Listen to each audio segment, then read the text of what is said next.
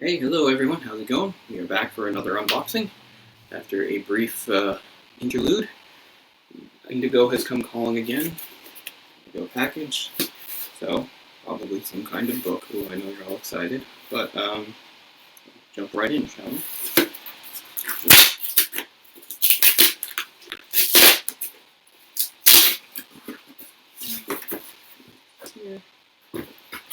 And the reveal. This is the old castle's other secret from the Don Rosa Library. This is volume 10. For those not familiar with Don Rosa, one of the most prominent cartoonists there is when it comes to Scrooge McDuck, and to a certain extent Donald McDuck. He's really one of the best examples I can think of a term that's sometimes called the ascended fanboy, which is, you grow up really loving something and then you eventually get to take it over. And he, of course, was influenced by all the great Donald and Scrooge comics that have come before, and we all know the foremost architect of that. Well, there were many that contributed. It was really Carl Barks, the great Carl Barks, who of course invented Scrooge way back in 1947, if you can believe it. Something I didn't know when I was young. I think for years after watching DuckTales, I thought that Scrooge was some sort of one-off character that they made just for Mickey's Christmas Carol, which came out in '83. To find out that he'd been around for decades before that. But anyway, so the way Don Rosa did things was he basically built everything on this as almost a sort of a sequel to Carl Barks's own Duckworks. Duckworks, I don't know. You want to say it, obviously those books, the way they were done, and because of the subject matter, Carl Barks wasn't concerned with things like continuity or anything like that. He just, wrote the stories that he liked and added elements here and there. But what Don Rosa, of course, is known for best is probably part of his run, telling a life story of Scrooge McDuck, the life and times of Scrooge McDuck. And here is volume 1 from Kaboom, which is out of print, and I never got 2, which is okay because of what happened here. This, of course, is Fantagraphics, who have been releasing all these great hardcover versions of not just Rosa's work, but Carl Barks' work and others. So let's show, here's a couple of the Barks ones. Here's sort of the most famous Scrooge, maybe the story that cemented Scrooge. He'd been around, but it took a while to develop his character to get him to where he is. And this is sort of the most classic, Only a Poor Old Man, from 1953. And of course there's some other things in here too. This even has an intro by George Lucas from, I think, the 70s or early 80s, which is really nice. And here's one of the many Donald Duck ones, Lost in the Andes. So at the time, of course, way back then, Disney had a way of operating. They didn't credit their artists, or writers or anything. It was just a Disney comic, and there were no credits.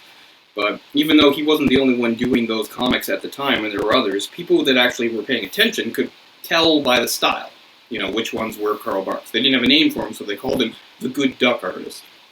And actually, there was a time, probably, I guess, in the late 40s, early 50s, where he was supposedly, allegedly, at least possibly, the most widely read author in the whole world.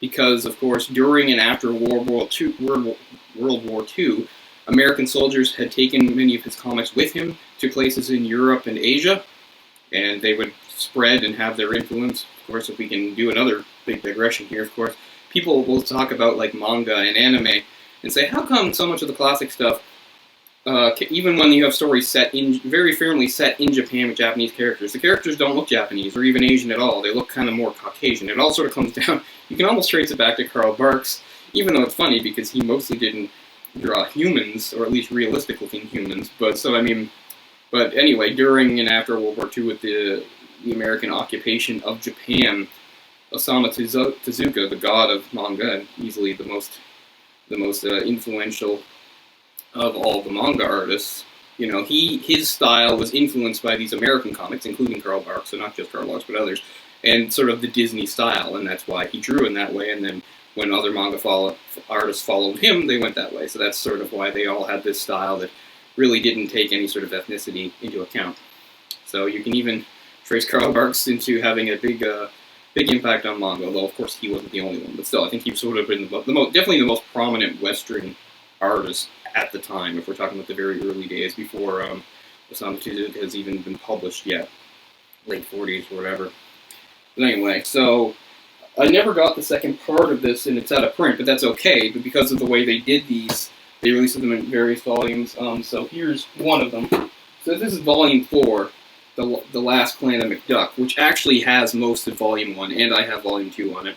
I think it's just called The Richest Duck in the World. And it's funny, since it's such a celebrated story, it keeps getting re-released. So now, even within Fantagraphics, now there's a proper 2-volume release called The Life and Times of Scrooge McDuck, which is a little, yeah. So you might actually look at these and not know that these contain that content, but they do. This also has like sort of a parallel story in it too, which I'm sure is added. There's a whole thing about a time travel thing involving Magica to Spell, and her actually being in Scotland back when Scrooge made his, his first dime shining shoes on the streets, and as a young boy, his not first ever job, his first job was collecting firewood. But anyway, all great stuff. I love these Fantagraphics releases. Why the Old Castle's Other Secret? Only because, well, I already owned 3 volumes, which was the first one, Son of the Sun, and then the other 2 that contain The Life and Times. So I need all the others, and this is one I needed, and you know how it is, you just put stuff on your wish list and you watch and wait, and a pretty good price came up for this, so I pounced on it. So that's the only story behind that. And of course, I forgot, in addition to the Don Rosa Library and the Carl Barks thing, there is one more line, which is also really great, because it's a great chance to finally see stories from around the world in English for the first time, and that is known as Disney Masters, and these aren't just for the ducks. You'll have ones that involve stories about Mickey Mouse and things like that too, but of course it's the Scrooge ones I really care about. So here's one by Luciano Bottaro, an Italian cartoonist. The Italians really loved these Disney comics, and there's a lot of really prevalent artists, and of course now off the top of my head I can't think of others. There's Scarpa, and, well, others that I should have remembered in there, but they had a big impact. So one of the things about the way Barks did things was I don't know how aware he was of these as they were going, especially if they weren't in English, but he was really set on the idea of doing a canon based on what Barks had laid down. Again, even though Barks wasn't really trying to do anything serious, the whole point of Life and Times of Scrooge McDuck is he takes all these references that Scrooge makes to his past about, things in his life and how he built his fortune, and he takes them seriously, and he puts them in an order of events as best as he can. Of course, one of the things anybody knows is like Scrooge talks about where he really, he toiled for a few decades without actually getting anywhere. Where he finally became first rich was in the Klondike during the gold rush in the late 1890s. When he was in the Yukon Territory. So of course that figures in there too. But Scrooge might have a throwaway line in a Bark story about being in this country at this time doing this. And Rosa did his best to actually incorporate it into a timeline that makes sense. A set timeline, not a floating timeline like we see in comics. The timeline of Barks, according to the way it was adapted by Rosa, is that I believe Scrooge was born in Scotland in 1867 and died at the age of 100 in 1967 in Duckburg as the richest duck in the world after years and years of hard work and many adventures. And there's all sorts of stuff in between. And both DuckTales stories, of course, touch on that kind of stuff too. Again, I was watching DuckTales. I didn't know we were building on stuff from Barks. And what I really like about the new DuckTales, which I think is a really great show, is that it actually takes into account some of this international stuff even too, which is really cool. Like, for instance, I don't think it's in this one, but in one of the 2 ones with the Life and Times of Scrooge McDuck, and it probably is the second one, is that Rosa also did like a family tree for the McDucks, explaining how all the characters are related to each other, which is, of course, very celebrated and famous. And there's a few characters that he considers that were added later by other people, obviously not Barks, that he considers don't exist. One is Feathery Duck, who's kind of an oddball sort of cousin, I guess, of Donald's, who actually features in one of the new DuckTales episodes, which was pretty cool. So, anyway, love all this stuff. It's going to have its own shelf pretty soon because I have quite a few of them. I've got 5 of these now, including one Mickey one, which is a story called the Ice Sword Saga. I have the volume 2 of it. I need volume 1. Apart from that, I'm not really going to be collecting the Mickey ones. I just want to focus on Donald and Scrooge.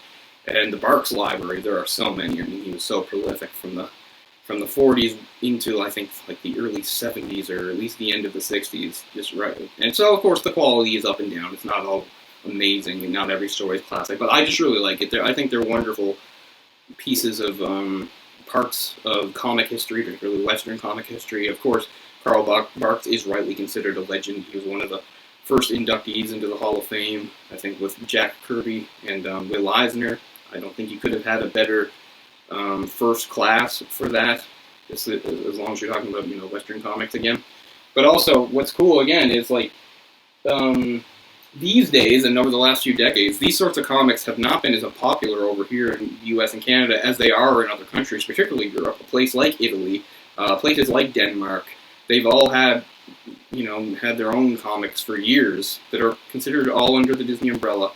And it's so great for the ones that aren't in English to finally get translations and to be brought over in these really nice collections. I like these nice, simple, clean hardcovers, no slip cover or anything like that. Very solid. So they should hold up, and you take care of them, they'll last really well. So I'm really happy to have all these, and I'll keep collecting them. So that's going to do it. Keep it short and sweet.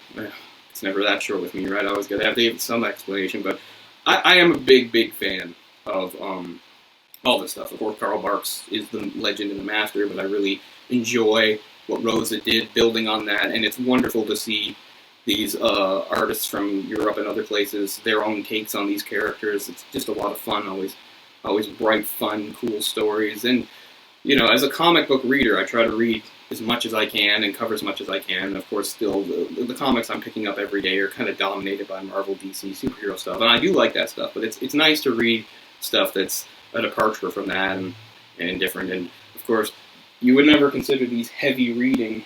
They're more light reading. But something like The Life and Times of Scrooge McDuck, it's a 12-part saga, and it's a very fun, exciting, satisfying story. It's great. It's won all sorts of awards, which is why it keeps getting reprinted.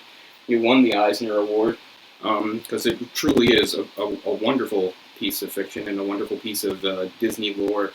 Like, if you're a fan of Donald and Scrooge, what you've seen in the cartoons is just the tip of the iceberg. It's really great to see them in these comics, dating back all these decades. Great, timeless characters. Scrooge McDuck is one of my favorite characters in all of fiction. He always has been. And it's so fitting that his original incarnation was as a comic book character, because that's, I think, where a lot of the best characters in fiction at least start from.